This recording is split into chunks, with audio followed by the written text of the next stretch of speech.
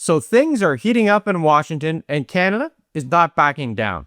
Jameson Greer and his lackeys just sent Ottawa a brand new tariff offer on Tuesday, and Canada took one look at it and set it right back. No tantrum, no walkout, just a flat, this isn't good enough. Let's try again. And this backs up exactly what Prime Minister Carney has stated again and again. We want a good deal for Canadians, and we won't just take any deal that comes across the table. When you're negotiating from strength, you don't need to keep making new offers. Trump's team has now put multiple proposals on the table, and Canada still isn't impressed. That's not Canada being stubborn, man. That's Canada finally negotiating like it has options. According to CBC's reporting, the U.S. came back this week with a plan to lower some of the existing tariffs, but nowhere near what Canada's negotiators were asking for. So the response from Ottawa was basically, sorry, try again. Here's what Trump's camp keeps getting wrong.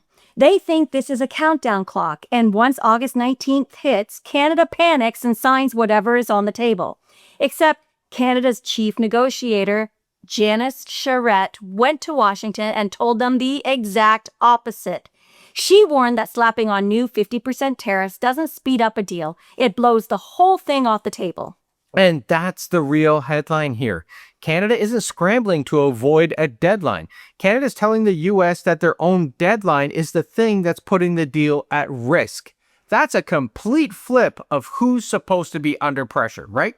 So, why is Ottawa so comfortable saying no? Well, just look at the latest polls that came out from Angus Reid. 62% of Canadians want counter-tariffs if this goes ahead. Only 7%, that's 7, want Canada to just cave and make nice. Nick Nanos has been tracking this as well, and in his opinion, Canadians are still fired up and angry and saying that they don't want Canada to simply roll over in these negotiations. This isn't February anymore. We have been living with this fight for a year and a half, and the appetite for simply giving Trump whatever the heck he wants, it hasn't suddenly magically appeared out of nowhere. It's actually gone the exact opposite way. And here's the number that really should sting. 75% of Canadians don't even trust Trump to honor a deal once it's signed. I'm one of them. Me too. Any deal that this Looney Tune signs isn't worth the paper it's written on. He's proven that again and again. So ask yourself why any government would burn permanent political capital and make painful permanent concessions for an agreement 3/4 of the country already assumes gets broken. You know, these polls, they should be one big flashing beacon on Jameson Greer's desk, because it does change the entire negotiation. When a Canadian official can walk into a room and say, hey, I could never sell that back home, and everybody at the tables know that it's true, well, that is leverage that you can't buy. Trump's whole style depends on the other guy being scared of that deadline. Well, we're not playing that game anymore. We're not scared. But that doesn't mean we're out of the woods yet. In fact, there is a part of the story that we need to be aware of over and above the tariffs. Trade experts are warning that Washington's pressure isn't hitting every province evenly. They're going for the divide and conquer strategy. And that worked for them down south, but we are not going to let that happen in Canada. No. We stand with all of you. Yeah, this is the oldest trick in the book, right? You don't have to beat the whole country if you can get the provinces fighting each other instead. Alberta and Saskatchewan have already put American booze back on the shelves and pushed back on using energy as leverage. Now, this doesn't make them actual traders per se. They're just trying to protect their own economies, I think, or their own seat.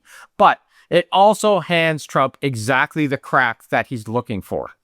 One expert even floated the idea of regional carve-outs down the line. Ease up on tariffs for one part of the country, keep the squeeze on somewhere else. The second that starts happening, every premier's incentive flips from what's good for Canada to what gets my province off the list. And that's the whole point of Trump's mob-style rule. But it only works if you can pick them off one at a time. 40 million Canadians negotiating as one voice is completely different than 10 provinces each trying to cut their own private piece with Washington.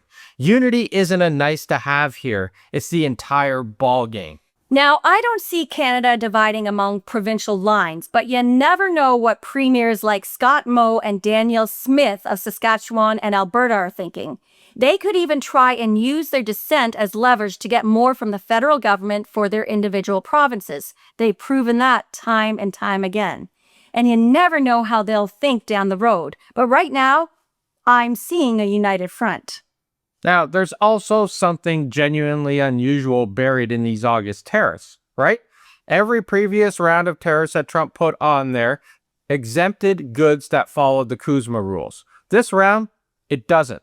So companies that played by the agreement Trump himself signed in his first term can still get hit. And that's Trump burning his credibility once again right to the ground.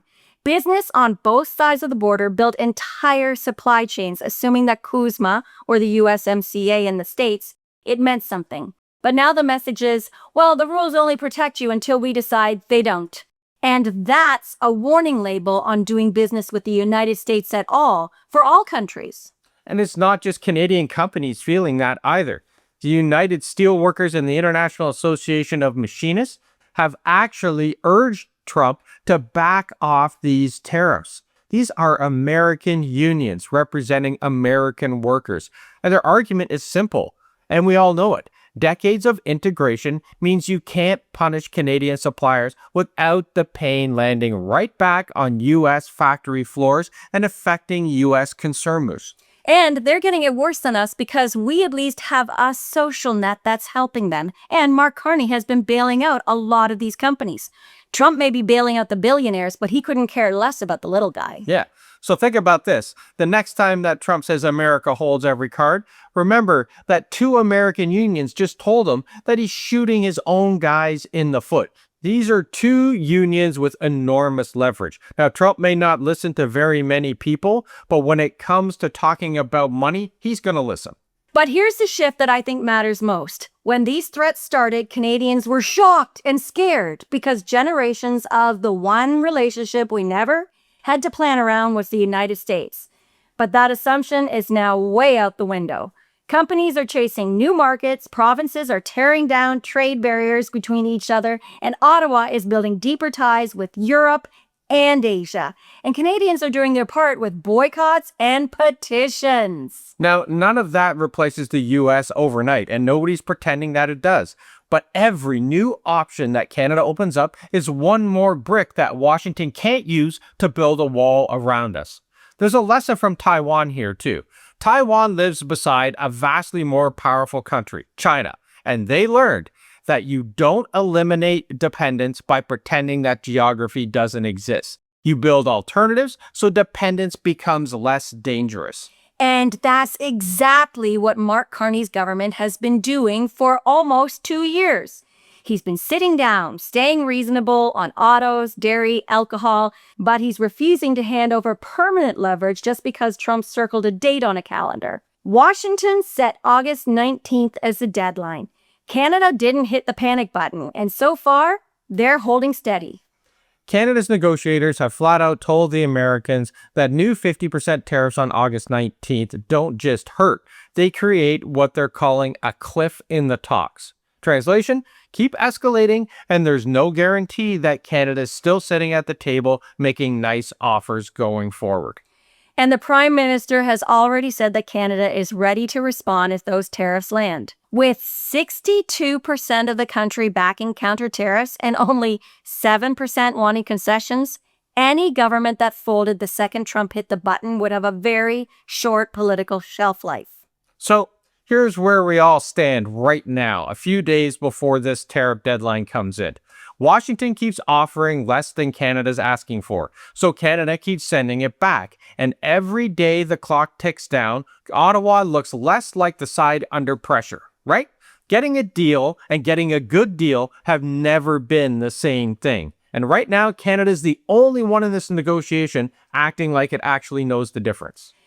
You don't sign a bad deal because someone tried to bully you into their deadline. If it takes longer to get one Canada can actually live with, well, take longer.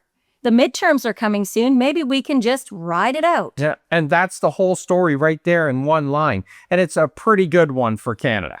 So stay strong, Canada, and get a good deal for Canadians. That's the mandate.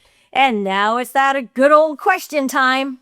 Does Washington blink and sweeten the offer before the 19th, or will we actually see those 50% tariffs land? Let us know down in the comments, because this is heating up and getting down to the deadline. And while you're down there, check out the pinned comment for our merch store, our Facebook page, and the cool Substack. And the link is in there to get Pete Hoekstra booted from Canada as our ambassador. That guy sucks. So sign it, everybody. It is growing fast. And don't forget to give this a like, hype, and a share so other people can weigh in and sign that petition as well. Thanks for watching, everyone, and we'll see you tomorrow. Ciao for now.